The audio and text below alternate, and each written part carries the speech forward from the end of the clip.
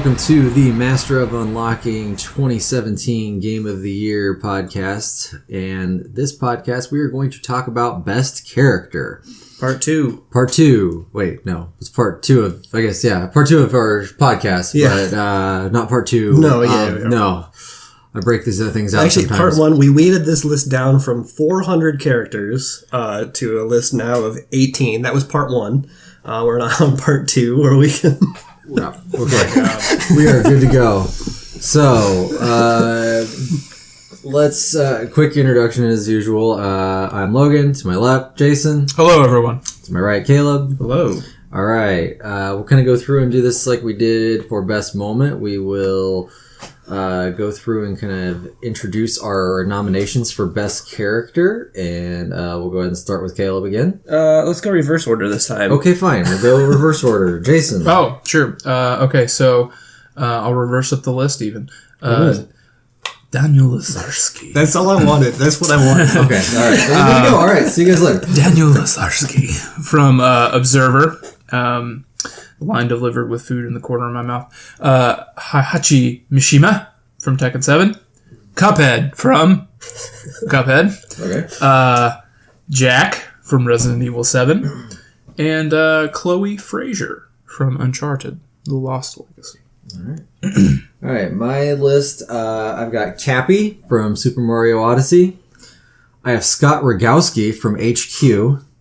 I have the new kid's parents. I couldn't really separate the mom and dad, so I just went ahead and just they kind of need. They don't even have names, so no, I don't think they do either. So yeah, for new kid's parents from South Park, Sadio Kawakami, the teacher from Persona 5, Ryuji Sakamoto from Persona 5, and that would be the end of my list. So I'll go up to Caleb. My list is William Joseph B.J. Blazkowicz. Terror Billy Blazkowicz.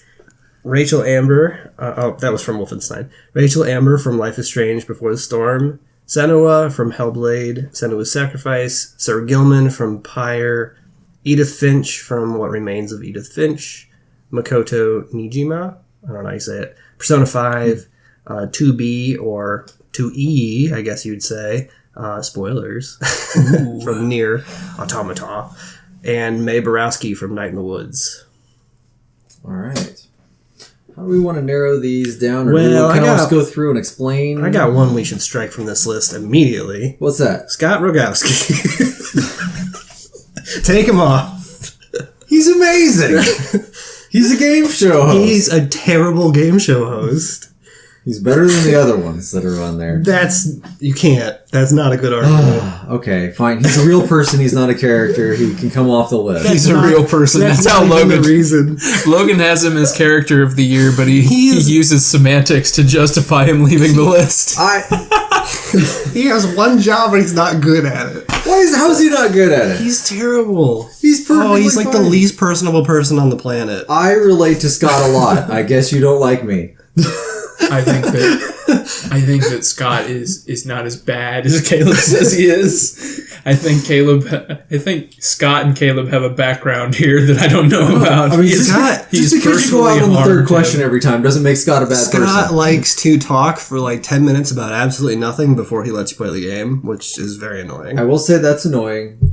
You're just not the HQ that I'm not an Caleb HQ is, or that Logan is. No. Okay, fine. Scott can go. Yay. All right. Okay. God, he's been waiting for that all morning. He just came with the hatchet for Scott. We gotta get rid of Scott right away. I told you this one's going to be more contentious. All right. Later on today, we're going to find out that Scott was murdered in an alley. Okay. All right. We're gonna go cutthroat. I'm gonna go cutthroat. All right, go ahead. All right. I'm gonna go Cuphead. Don't come at me. Don't come at me. That was him. I was looking Don't at my come list. at me. I was looking at my nominees, like, which one's he coming after? And then he just That says, is horse crap. Is what that is. I just don't see how he really has a character. Like he shoots fucking things from his mittens like this.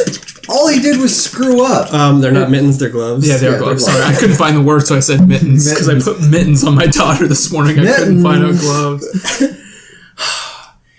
Cuphead represents all of us, okay? Cuphead, don't roll your eyes. Cuphead represents all of us. We have all been in a bad spot, like Cuphead. Or and had to fight a SpongeBob. flower who's shooting seeds at me.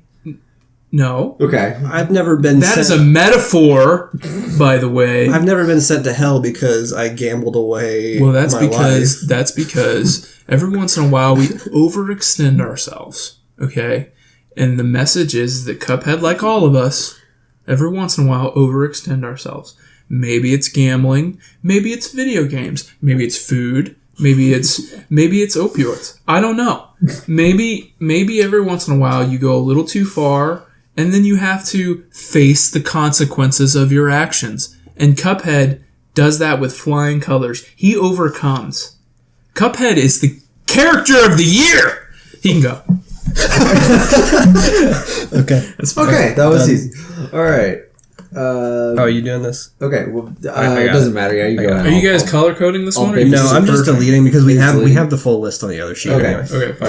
All right, so let's look and see. Does anyone have anybody that I guess Are we just going cutthroat on this go one? go instead of- cut through it. Somebody say one of mine, and Okay. I'm just gonna. I happen to like your nominations, thank you. sirs. I'm gonna have I have a question, I guess.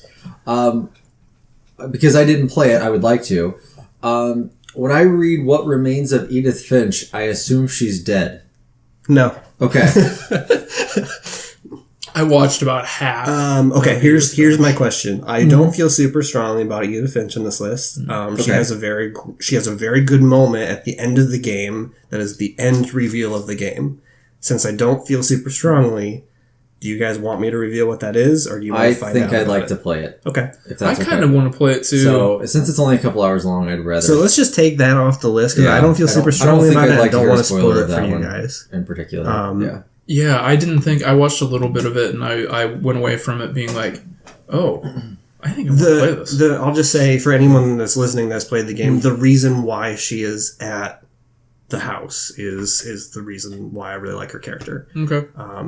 But I won't spoil it because you guys might actually play that one. Okay. And I would encourage you to. It's very good. All right. Somebody take on somebody else. I've taken on two now. I'll attack my own. I don't think Ryuji should be on this list. I was kind of surprised you put Ryuji on the list. I liked Ryuji a lot. I think he's worth recognition, but he Really? can go. I thought he was one of the weaker characters. I think go maybe ahead. the He's your reason nomination. the reason why I think I put him on there was because I think because he's your first. You know, he's your first character. not getting like okay, but you got to keep that relationship with him throughout the full game.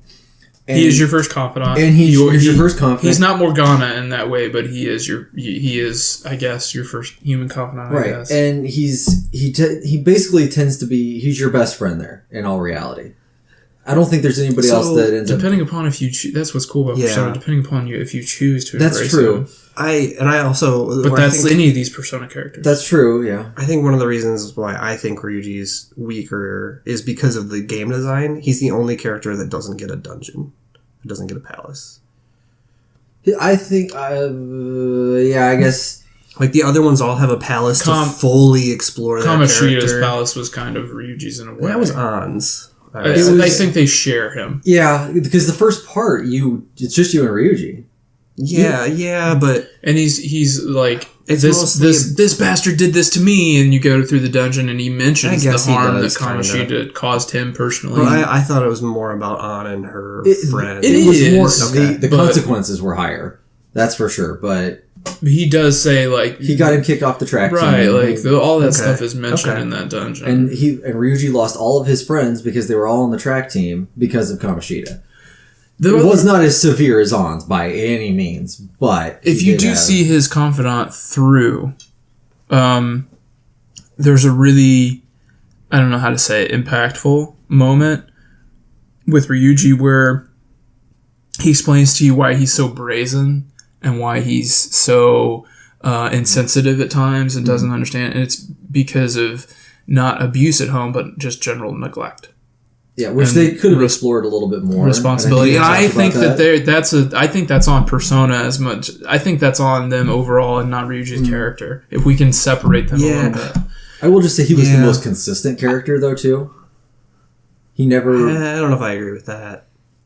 What do you mean? He was always an ass. He always had something to say. He always opened his mouth when he shouldn't have.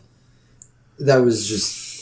Morgana was always annoying. No, I'm kidding. Yes, that's true too, and that's why she's not. She's not on. He's not She, on- he, he never did she's figure out that. the out. cat. Either way, I guess we're good at taking Ryuji The off the bus, list. the cat bus. Yeah, I just wanted to say the stuff about Ryuji's personal life near the end of his confidant missions were. I thought that was interesting. I felt bad for him. I was like, oh, I didn't. It's like Ryuji. I didn't know, man. I didn't know. I had no idea you were dealing with this. Yeah.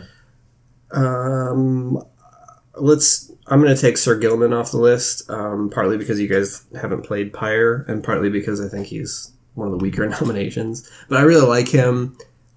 He's a little earthworm guy who joins your squad. Son of Jim. He's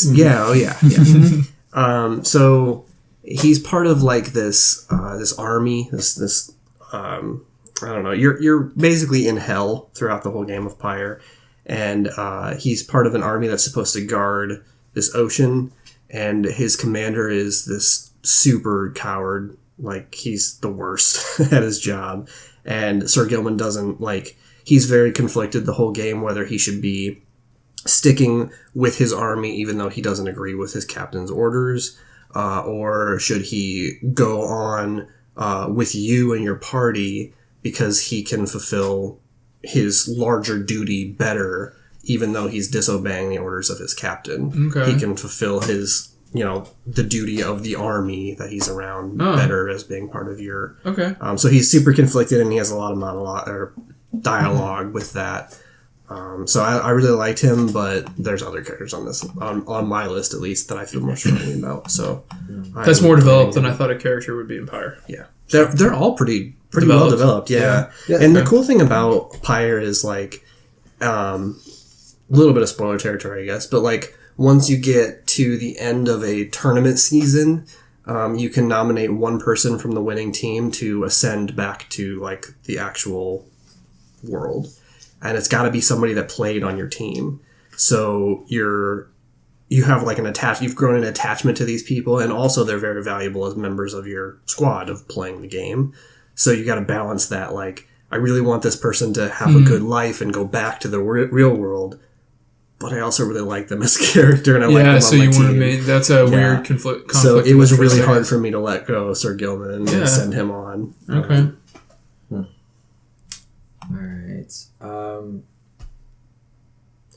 Logan, what do you... I'm curious what you thought of Senua as a character. So the voices made her more of a character. The voices in her head. But those are part of her. They're part of her, I guess. I think I see those as Senua. Yeah. Okay.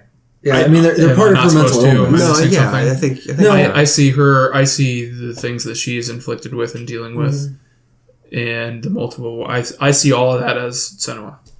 Yeah.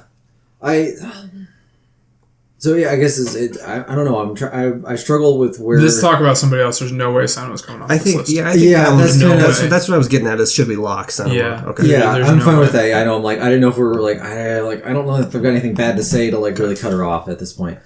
I think we can take off Cappy. Yeah. Cappy is a game trope and not a.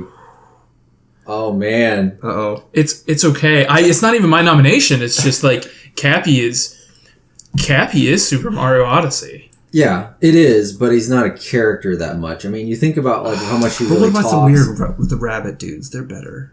No, I'm kidding. No, oh god, no. I mean, just going and sitting having some coffee with him on the Odyssey. That's some fun stuff. Looking at all your collections. Yeah. That room's great. Right. Yeah, sorry. I just don't Room of the year. Right. I just don't think he's gonna keep it. Okay, I have No, to. First of all, Room of the Year goes to the bar or the coffee joint in Persona. Yeah. But, okay. LeBlanc. Yeah, Cafe LeBlanc. So LeBlanc. So if we are going to truly take this off, and this is your nomination, so I'm sorry if I'm No, that's fine. I was willing to take it off if that. and I think that's fine compared to the rest of them. But Cappy, I guess you're right. It's more of a gameplay thing than a character. But Cappy is Super Mario Odyssey. Oh, exactly. Like, it is why it won so many awards. It's why they took a really solid formula that they've been using for years and were able to expound upon that. And I think Cappy deserves a lot of credit for Mario Odyssey's success. Right. I think you're right. But it's not a great character. I think, and we can talk about this more for our actual game of the year, but I've heard people call Nintendo very formulaic, like they keep releasing the same games over and over again. And that's one thing that I just absolutely can't agree with, especially because of Cappy. Cappy, right. Yeah. Oh, yeah. Okay. All right. We love you, Cappy. Goodbye. Goodbye, Cappy. All right. Goodbye, Cappy. I'm actually going to take off Rachel Amber because I nominated her before finishing Life is Strange. Yeah, and oddly enough, and I would say episode 1 and 2 for sure. There were a lot of moments in episode 3 where I was like, I want to, like, you don't play as her, you play as Chloe, but I want to encourage Rachel to be this way, and that's not an option in the game. Like, it's either be shitty or be shittier. Because the thing was, like, the thing I noticed, I mean, for the first couple of episodes of that, I was like, oh, well, this is why everybody is so enamored with her. Right. Is because she is this just kind of person that attracts people to her. She's got this just personality that everybody wants to be her. Everyone wants to be around her. But man, that third episode, she's just turns into a terrible person. Yeah. And I would almost like to see what happens in between those 2 years between the two episodes, between Life is Strange Before the Storm and we might Life see is a Strange. little bit of that with the bonus episode, but That's true. There is a bonus episode coming, but it is it's just it was very odd, like of a transition. I felt like between episode 2 and 3 of how much I liked her as a character. Here we go. now we're down to 11. Is Heihachi really a great character? Yeah. Okay. I don't even. I really agree, like, Caleb. He is a great character. I agree. Yes, I don't really like fighting games all that much, but I thought it was cool to finally see that story, which is just bat spit crazy. Anyway. It's up beyond. Yeah. But I really liked how they focused Tekken 7 on Heihachi, and he is the main character of that story. And is that not the case for the other games? No. Okay. I mean, it's the first time they've done this, and he's been throwing his kid into a volcano for, I think, five games now. 20 years. Yeah, plus. so like, you've traditionally always thought of him as the He's been the bad guy. yes. Okay. Yeah, and not like to the fullest extent of like all of the bad guys or all the final bosses, but there's always been like, she's a jackass. He threw his kid in a volcano. Why? And they expound upon that and they finish it. And this whole time it was Hachi really kind of gripping with decisions that he's made in his life, hard decisions he's made in his life, and trying to exercise his family's demons. And it was cool to see that, and I thought they handled it really well. I think we lock Heihachi for now. Okay.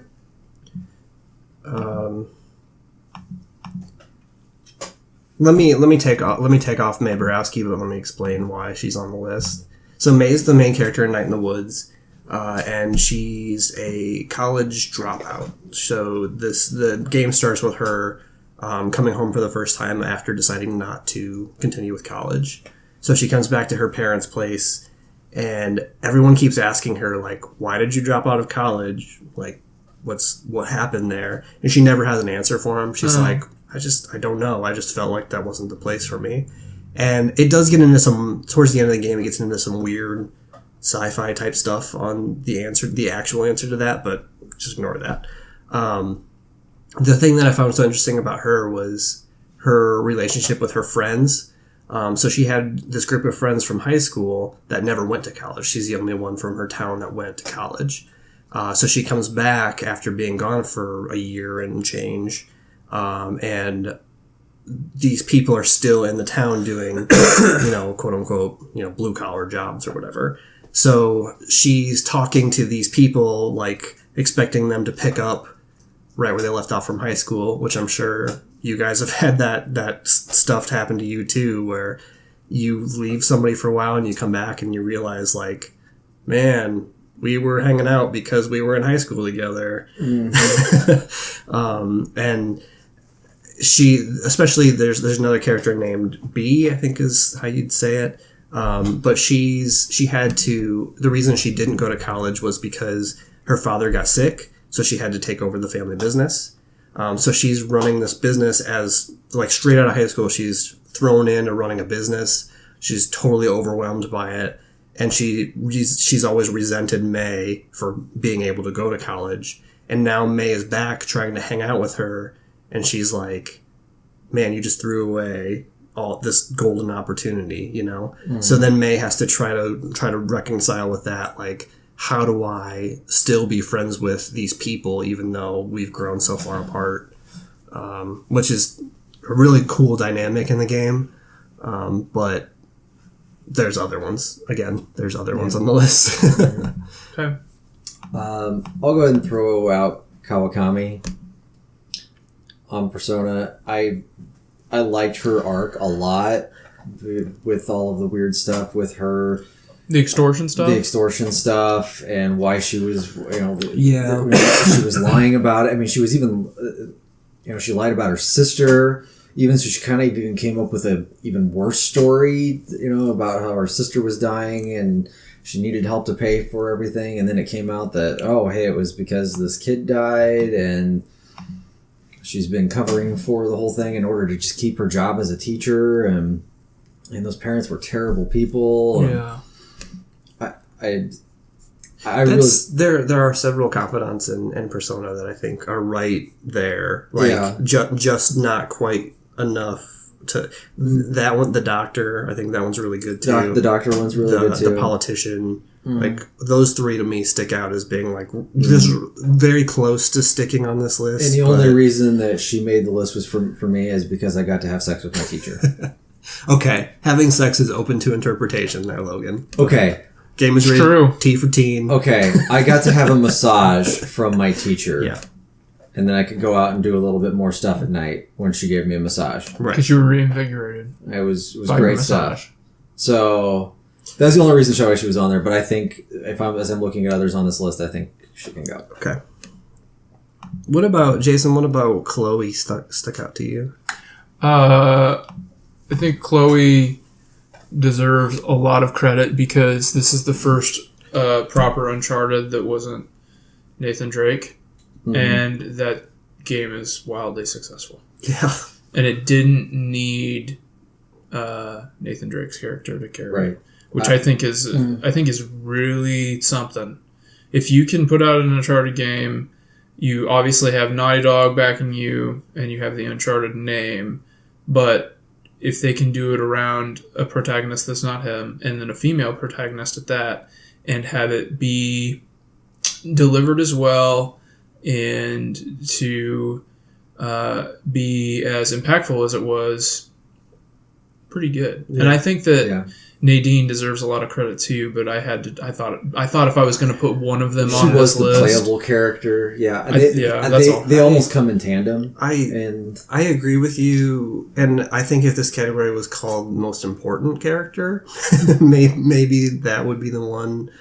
But as far as I don't see the difference there between because character of the year and most important character of the year. I agree with you that it's important for Sony to be able to have a game with a female protagonist that does very well. That you're saying, okay, big blockbuster action game doesn't have to have beefy man on the cover, And for that to be successful, I think is very important for the future of gaming. But I'm trying to remember moments in that game where I'm like, man, I really identify with Chloe, and I'm not coming up with any. The Uncharted games have always been about, character-wise, they've always been about relationships. Yeah. And so her and Nadine's relationship, her relationship to Sam, I think all that stuff is gold. And when they talk about that stuff specifically, if you want specifics, where Nadine feels betrayed by Chloe just as she started to trust her. Okay. And then there's a freaking Drake brother here. Like, we had a deal. And Chloe's like, I understand that, and I needed you to... There's some really complex interpersonal relationship stuff there. Yeah, okay. Sure. the stuff with her dad that she starts to, and it's just as she's starting to reveal that to Nadine that they have a falling out. Right. And she gets in the Jeep and freaking leaves her, as once again Uncharted does the Uncharted, where you're looking at a landscape that is just unbelievably gorgeous. Mm-hmm. She's like, I need the exercise. Fine, drive away. Right. Because Nadine feels betrayed by her, but they also needed Sam to pull off. They had to. So Chloe made a decision for the two of them. She made the best decision she thought she knew how, and she knew it was going to put Nadine in a tough spot, in a bad way, to where she had to trust. You spend Uncharted 4 against Nadine, like you and Sam, Nathan and Sam, are against Nadine the whole time, and then they turn that on top of his head, reintroduce Chloe. I mean, now I'm talking about the game more than I am Chloe, but I think specifically you wanted specifics. That's a specific. Yeah. I'm good with that. And looking at the list, I'm seeing ones that I feel less passionate about than Chloe. So do you want to lock her? What do you think? I'm okay with keeping her into a final discussion. So lock her, and then we can immediately get rid of Daniel LaSage. Yeah, that's one of the ones I looked at, and I'm like, his character's interesting, but interesting is why. Yeah. Not compared to these other heavyweights on this list, no. But Rucker Hauer's delivery of that character is super weird, and I can't tell if he's doing Rucker Hauer or if he's doing Daniel LaSage. I can't tell what he's doing, but it's memorable. I honestly didn't know that it was. I don't know who Rucker. What'd you say? Rucker Hauer. I don't know who that is. He's the android from the original Blade Runner. He's the last android. Oh, okay. He's their leader, as it were. Okay. It was in a lot of 70s and 80s movies. So and before you said that it was somebody that actually has acting experience, I was like, who is this guy and why is he in this game? Why is he being so weird? Yeah, why is what Joe Schmo did they pick up to do this? It's not it's a reference. It's a cyberpunk reference, and it's something that's stuff that I enjoy. His delivery is very good, and there are long parts of exposition in that game, long conversations where he's investigating people in that building that's on lockdown, and I think his delivery continues to be, if he is being lazy, he sure got lucky doing it, because his delivery is the same. Throughout all those conversations, his delivery is the same. Yeah. His slurred speech is the same. So if he accidentally did that, if he was doing Old Man Rucker Hauer, then he consistently did it. That's true. So that's all, because there's more people on this list that are more memorable characters, I should say, not people. Right. I'm gonna go with New Kids' parents and talk about them for a minute. Sure, yeah. And see where they land here. So because Caleb was the only other one that's seen this, so Jason, you played the first game where you're the new kid. Mm-hmm. Are you that same kid? Yeah, I think so. Is it assumed? It's the same parents, oddly enough. Okay. No, they're different parents, but it's the same kid. Okay. Trying to remember right. Anyway. No, I'm serious. That is a thing. Like they're not the same parents as the first game, but you are the same kid. They retconned the parents. All right. So anyway, the game kind of starts off and they're semi-normal to start with. They kind of give a couple digs at each other about some things, but they just want him to go out and have fun with his friends and different things. And as different times you come back home, they're fighting a little bit more, and they're fighting a little bit more, and it gets to this whole thing where they're yelling at each other. Now the dad's going upstairs and smoking weed, and the mom's just drinking wine out of the bottle, and then but every time they have this huge fight, they're just yelling at each other, "Fuck you! You do this and everything!" And then you walk out at the door as a new kid, and he's like, "Oh, hey, sport, how's it going?" Okay, all right. And it gets to the point where they are literally beating the shit out of each other. There's times where you go downstairs to leave to walk out at night, and the dad is completely just passed out on the couch. He's throwing up. There's just bottles everywhere. There's just left blunts all over the place. And it's just, the thing's just a disaster. And by the end of the game, you find out that they've been pumping you full of this weird medication that's giving you these awful farts, which is part of actually your superpower. I had forgotten about that. I forgot there was an explanation for that. Yeah, and you actually have to decide at one point whether you're going to kill your mom or your dad. and you have to go back and forth and talk to each one of them about different things about how you're going to, and like they each are trying to throw each other under the bus of why you should kill one or the other. So it's like, no. Like, if you do this, like, you actually have to, like, you have to make a decision, I think, in between, like, cutting your mom's legs off. Yeah. And I don't remember what you have to do to your dad. It's something, like, grotesque, yeah. But the whole time, like, the mom and the dad are against each other so much. Like, the stuff they say about each other, to each other, it's crazy. Like, it's part of the game they're definitely the characters that are the most memorable in that game. I feel like that can stay for now, but on the other side of that, I feel like that's not going to be our winner. I don't think it is either, and I just want to talk about it. So yeah. I'm fine with that. If you think that it's not going to be the winner either, then let's go ahead and let's remove them from the list. Okay. Another one I think... In that vein, I think that if we're really talking about that, like what's going to come... we can probably take Hachi off. Because, I mean, do you think, Caleb, I appreciate the support, but do you really think that, he's, even some of these we haven't talked about?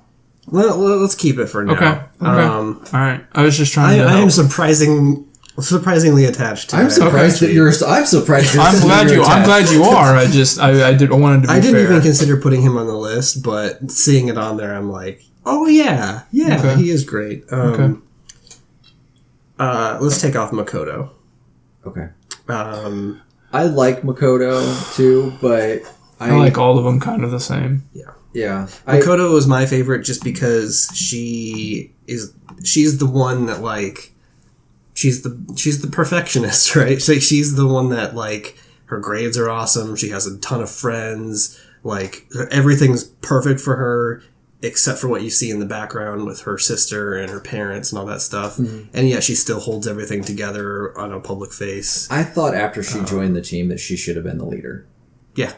In all reality. She pretty much was. She was, I guess. But, I mean, everybody always... Like, they always turned to Joker for stuff. Right. But it was like... I want to listen to Makoto. Like, Makoto's the smart one here. Like, she's got her head on her shoulder. She's the one that's going to be the most calm in the situations. I guess she never really has that, like, that one moment where you feel for her or anything like that. So. I feel like she broke through. Like, her moment is when she comes out of her shell and your group finally understands, like, you're not after us, you're after justice, which the game is about justice. But our ideals are actually aligned. So when they let her in the inner circle, she really does come out of her shell. And her character says things that you didn't think she was going to say. And I think that's why her character is memorable to me. Let's talk about Terrorbilly. Locke. I mean... Yeah, sure. Okay. Like, as I'm playing that game, I was like, how in the hell is Terrorbilly BJ Blazkowicz a nominee for Character of the Year? That's what the amazing part is. That's what it is. Like, you think about like how this game could have gone. I mean, you like about how these type of games from the 90s and everything have been rebooted, and he very well could have been written like Duke Nukem. And he's not. And they somehow took like an 80s, 90s action hero and made him relatable. Mm-hmm. I mean, he's got a kid on the way. He's very concerned about, what's going to happen to his girlfriend and kid. Also, no matter what happens, the first priority to him is taking down the Nazis. Mm-hmm. Like, everything else can, like, I hate compromising, but Nazis have to come first. Mm-hmm. They've made him a modern day action hero when in a time where who do we really have as a modern day action hero anymore? I mean, like you look back in the 80s and 90s, it was like, oh yeah, Sylvester Stallone and Schwarzenegger and Van Damme, and it's like, you don't have that anymore. Yeah. But BJ Blazkowicz, they wrote him like he could be that. Let me say my piece for 2B and then see what you guys have to say. The reason why I really like 2B's character is her actual title is 2E, and it's hidden from you, and that's because so 9S is the other android, the smaller, the boyish one, and his job is to be a scout and to collect information. So he's much more intelligent than the other androids for that reason. He's much more inquisitive, and he can also hack, which makes it much more likely that he's going to find stuff that maybe he shouldn't know about. And the whole premise is that the androids have been lied to. Like, the humans are, Jason, I don't know if you know the ending or not, but it's not really the ending, but there are no more humans. They're all I dead. do know that. Yeah. They've been lied to and said that they're on the moon waiting to come back to Earth, but that's not true at all. And so 9S, they know that 9S at some point is going to find that out, and he's gonna stumble upon that information, and that's gonna lead to some bad stuff happening. So 2B's entire job is, well, she's masquerading as 2B to go down and destroy the robots on the planet, but she's actually 2E, and her job is to, when 9S finds out too much information, she has to destroy him. So she every time that 9S finds out, which is implied has happened many, many times, she has to kill 9S over and over again. Right. Which is very tragic.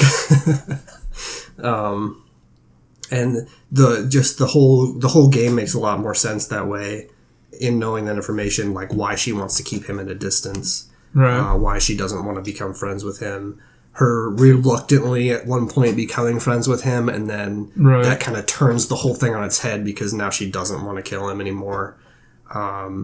And then they find out together that all this stuff is going on. And when they die, does she just like pull a chip from him, or it's not like this execution every time, this brutal execution? I thought it was like a reset. It's I think it's an execution. Is it? Okay. Because their consciousness are uploaded to the servers in that base, and then if the body is destroyed, then they can just re-download then all that stuff into a new unit and send it back down. So that she has to make sure that there's no way that he can upload that stuff before she destroys him. So she has to like physically dismantle him. She can stay.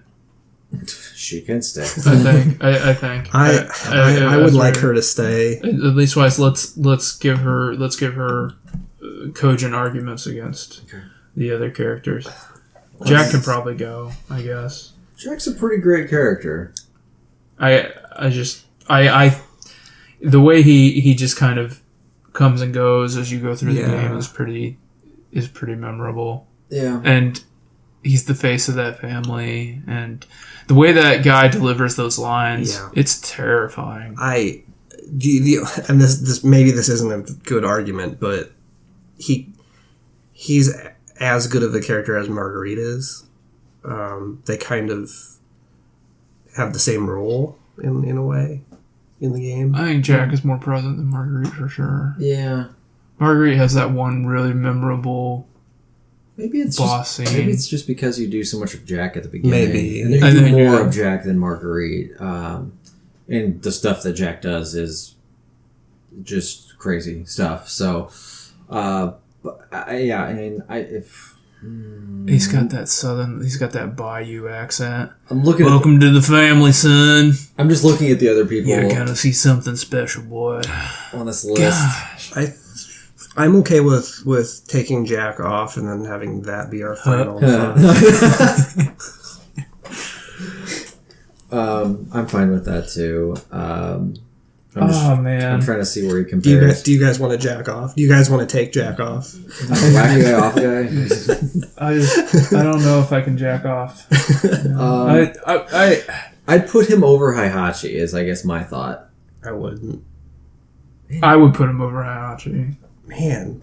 Okay, if I'm the highest supporter for Heihachi, then we need to take him off the list. Yeah, I understand though, but what do you like about Heihachi so much? If he is going away? Especially not being a Tekken guy, like It's the first time that a fighting game story has hooked me. Oh, okay. Yeah, so it's the first time where I've actually been like, wow, that includes like Mortal Kombat and Justice, all of those. Yeah. Wow, okay, cool. Have you played Tekken before? No. Okay, so maybe I'm just jaded on Heihachi because I'm like I've seen him for the last 20 years. They did turn that on its head. So I guess maybe I should go back. I guess what I meant to say was like, it's the first time that a fighting game story has hooked me on a multiple game level, like an overall story arc level. Like Injustice, Mortal Kombat, they're fine. They're okay standalone. Like they're entertaining enough to let you play through the game. But this is the first time where I'm like, I kind of want to know how this all wraps up. Like I want to know, like, and just his motivations for why he's throwing his son in a volcano and locking his father up in the basement, and he has an illegitimate son so that he can prove to the world, all this stuff that he's doing. It is noble because he's trying to control this ancient evil. Yeah. I like him too, but I think that if I had to choose Jack or Heihachi to go off the list, I would choose Heihachi. That's kind of what I thought too. What about both? Do we think either of them are going to be Character of the Year?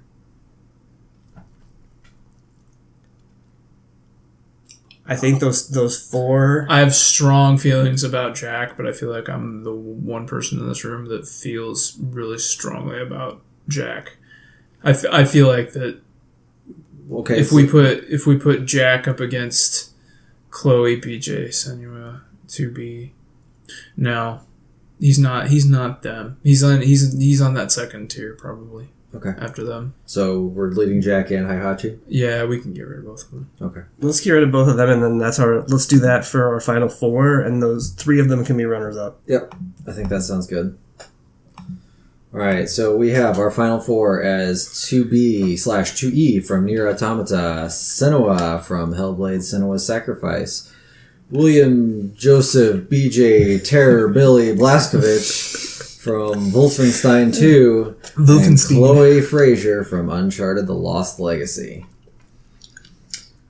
Alright. Do we want to... Maybe we take a quick poll and see what everyone's... Did we give Senua her due? We didn't. We kind of did not. I don't know. Does anyone have anything strongly they want to say about Senua?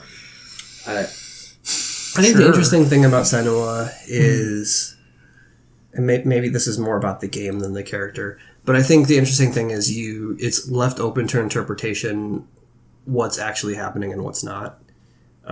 Like how much of this game is taking place in her head and what's happening in real life. I've seen people that have said like the entire game takes place in her head, and I don't think I agree with that. I don't know. Yeah, I don't think that would be the case either. Hard to tell. It is. There's a lot going on there. I'm really conflicted about that. The one thing that I really like about Senua's character is that this is the first time that I think I can remember in a game where there's a character with a mental illness, and it's not like there's not an arc that like makes everything okay in the end. There's not like, oh, they have a mental illness, but they overcame it, and they're the hero anyway. That's not the case here. Like, this Senua has a really severe mental illness, and it's never resolved. It's just part of her character. That's part of the game. That's just what happens. We're not really sure. Was it part of why this all happened? Yeah. And see, the voices in her head kept telling me that it did, but then some of it didn't. Right. So I'm not sure exactly how much of it was her, how much of it was her mother. It was. Yeah, there's a lot going on there. Spoilers. Yeah. Did you finish it? Yeah. Jason? Okay. Yeah, I just finished it. So it's fresh. I think there's a really strong case that can be made for Senua because we go on this. I don't know. Vision Quest sounds corny, but whatever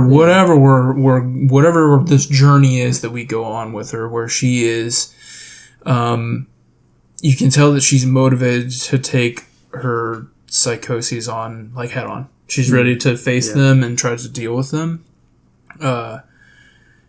And so if we're able to suspend disbelief enough to find a happy medium where, okay, this is reality, this isn't, or whether it's all reality or whether it's all in her head, they go places. And she's not only got all these problems, but she's it's like the Ryuji thing from earlier. She's got a history of abuse. Yeah. And has been treated poorly, and on top of that, she's dealing with loss. And so it's really impressive how they handle what she's going through, not only with her condition, but also what she's gripping with, that we all grip. Those of us that have those of us that do deem ourselves mentally fit or stable, we have trouble.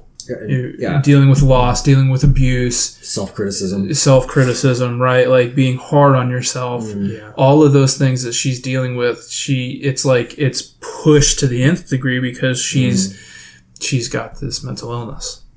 And I just the stuff involving her past with her father and her mother, and how people in their village or whatever, how they thought she was a witch because and then they blame her because she has these fits or she has these breakdowns that are very easy for outsiders to see, and is dealing with something clearly like her mother was, that really, really, really resonated with me. Yeah. And like she thinks somehow, some way she can get Dillian back, and she's carrying his skull. Like, Dillian's not coming back for a while. Like, you believe you're her. Insane, and I mean that in the most sensitive way possible. But she's so convinced of it that for a while you believe her. You believe I know. that you're like, okay, I'm on this quest to get Dillian back. I mean, you don't know, like, still this beats is the kind of heart. mystical world. Like, it's what like, is reality? Right, it's this Norse mythology stuff. Like, so I don't know. Like, in this world, is that possible? We now? crossed the bridge of the dead. I mean, did we really? Like, So I think that the way that they handle that and the journey you're on with her is so it's really impressive. And like I said before, like you said she's trying to face her demons and take them down, but it doesn't work out the way she wants, and yet she's got to find a way to live with all that. You know? Right. She's got to find a way to, like you said, everything they're still there. Yeah. Right. Mm-hmm. And the game tells you, like, hey, congratulations, I hope this was therapeutic, cathartic, but you still have to deal with this, and you're gonna have to manage this. Yeah. It's something, man. Her character is something complex. Maybe as in recent memory for me, as far as a video game character, where traditionally the writing is B, the acting is B, the delivery is B, like. And for her not to be an actual actress. I was just going to say, and the fact that she was one of their programmers and they just asked her to do was like this. a video producer, I think. Oh, yeah. All of those things lumped in, it is something else. It's quite the performance. Yeah. Yeah. With sensitive subject matter. Is this going to be really easy? I think, did we just determine what it was? I mean... I said my piece about Chloe. I was really impressed with what Naughty Dog pulled off and how they were able to. But I just talked maybe 5 minutes. Sorry. That's perfect. And the thing is I don't think Chloe's as good without Nadine. Yeah, that's fair. I think that's part of it. The only other, that's fair. And I think I kind of said my piece about Senna was the only BJ character Blazkowicz. in that whole game, and she carries it. And she carries it well. Yeah. And so, is that, I think, our best character? Is that Senua? I think it is. All right. So, character of the year is Senua from Hellblade, Senua's Sacrifice, with runners-up 2B, BJ Blazkowicz, and Chloe Frazier. Congratulations, Senua. Yeah. I'm sure she's excited to receive her award in the mail. We'll have to send her something. Yeah. Like, here's a penny. All right. Well, thank you for listening. Thank you for the debate and the extreme attacking of Scott Rogowski. And we will be back later with our game of the year.